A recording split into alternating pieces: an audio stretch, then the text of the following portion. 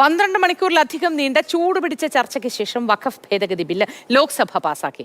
ചർച്ചയിൽ പല ഘട്ടങ്ങളിലും കേരളത്തിൽ നിന്നുള്ള എംപിമാരും കേന്ദ്രമന്ത്രിമാരും തമ്മിൽ വാക്പോരിലേർപ്പെട്ടു.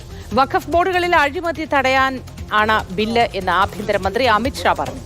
ഇന്ന് മുസ്ലിങ്ങൾക്ക് നേരെ തിരിഞ്ഞ RSS നാളെ മറ്റു സമുദായങ്ങൾക്ക് നേരെ തിരിയുമെന്ന ബില്ല് പാസായ ശേഷം രാഹുൽ ഗാന്ധി എക്സിൽ പ്രതികരിച്ചു.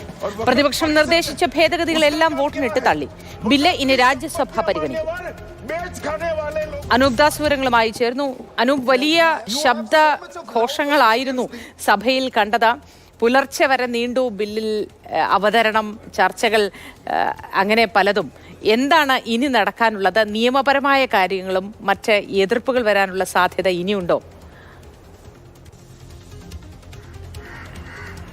ഇല്ല, ലോക്സഭയുമായി ബന്ധപ്പെട്ടുള്ള നടപടിക്രമങ്ങൾ ഏതാണ്ട് പൂർത്തിയായി. 288 അംഗങ്ങളുടെ പിന്തുണയോടുകൂടി ബില്ല് പാസ്സാവുകയാണ്. പുലർച്ചയ്ക്ക് 2 മണിക്ക് ബില്ല് പാസ്സാക്കി.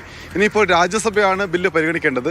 രാജ്യസഭയുടെ കാര്യപരിപാടിയിൽ ഇന്ന് ഈ വഖഫ് ഭേദഗതി ബില്ലില്ല. പക്ഷേ അജണ്ടയിൽ ഉൾപ്പെടുത്താതെയും ഈ ബില്ല് അവതരിപ്പിക്കാമെന്ന ഒരു പ്രത്യേകതയുണ്ട്. അതുകൊണ്ട് തന്നെ ഇന്ന് തന്നെ രാജ്യസഭയിലും ബില്ല് അവതരിപ്പിക്കാനാണ് സാധ്യത. അതിനുശേഷം ചർച്ച നടക്കും. 8 മണിക്കൂറാണ് ചർച്ച.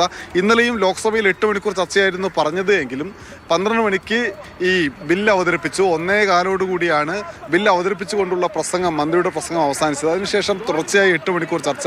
പിന്നീട് ഭേദഗതി നിർദ്ദേശങ്ങൾ വന്നു. അതെല്ലാം വോട്ടിനിട്ട് തള്ളുന്നത് ആയി നീണ്ടു പോവുകയായിരുന്നു 2 മണി വരെ, പുലർച്ചയ്ക്ക് 2 മണി വരെ. അതിനുശേഷം ഇന്ന് രാജ്യസഭ ബില്ല് പരിഗണിക്കുകയാണെങ്കിൽ 8 മണിക്കൂർ ചർച്ച ഉണ്ടാകും. നേരത്തെ തന്നെ ഇന്നലത്തേതുപോലെ തന്നെ അവതരണ സമയം നീണ്ടുപോകും. എല്ലാം കഴിഞ്ഞ് അർദ്ധരാത്രിയോടുകൂടി തന്നെ ബില്ല് പാസ്സാക്കുന്ന നടപടികളിലേക്ക് കടക്കാൻ സാധ്യതയുള്ളൂ.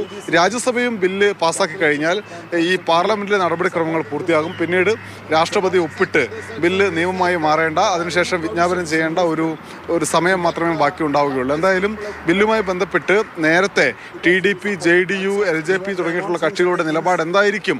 അവർ മുസ്ലിം പക്ഷത്തെ, അതായത് വഖഫ് ബോർഡിനെ നിലവിലുള്ള അധികാരങ്ങൾ നിലനിർത്തണമെന്ന് ആവശ്യപ്പെടുന്ന ആളുകളെ അനുകൂലിക്കും എന്ന ചില പ്രചാരണമൊക്കെ ഉണ്ടായിരുന്നു. ആ പ്രചാരണങ്ങളെല്ലാം തള്ളിയാണ് ഇപ്പോൾ NDAയിലെ മുഴുവൻ പാർട്ടികളും ഒരുമിച്ച് നിൽക്കുകയും മറുഭാഗത്ത് ഇന്ത്യ സഖ്യത്തെ എല്ലാ പാർട്ടികളും ഒരുമിച്ച് നിന്ന് ഈ ബില്ലിനെ എതിർക്കുകയും ഒപ്പം തന്നെ YSR കോൺഗ്രസ് ഇന്ത്യ സഖ്യത്തിനൊപ്പം ചേർന്നുകൊണ്ട് ഈ ബില്ലിനെ എതിർക്കുന്ന ഒരു കാഴ്ചയും കാണാൻ പറ്റി. എന്തായാലും ഇന്നലെ ലോക്സഭ പാസ്സാക്കി കഴിഞ്ഞ ബില്ല് ഇന്ന് രാജ്യസഭയിലേക്ക് എത്തും.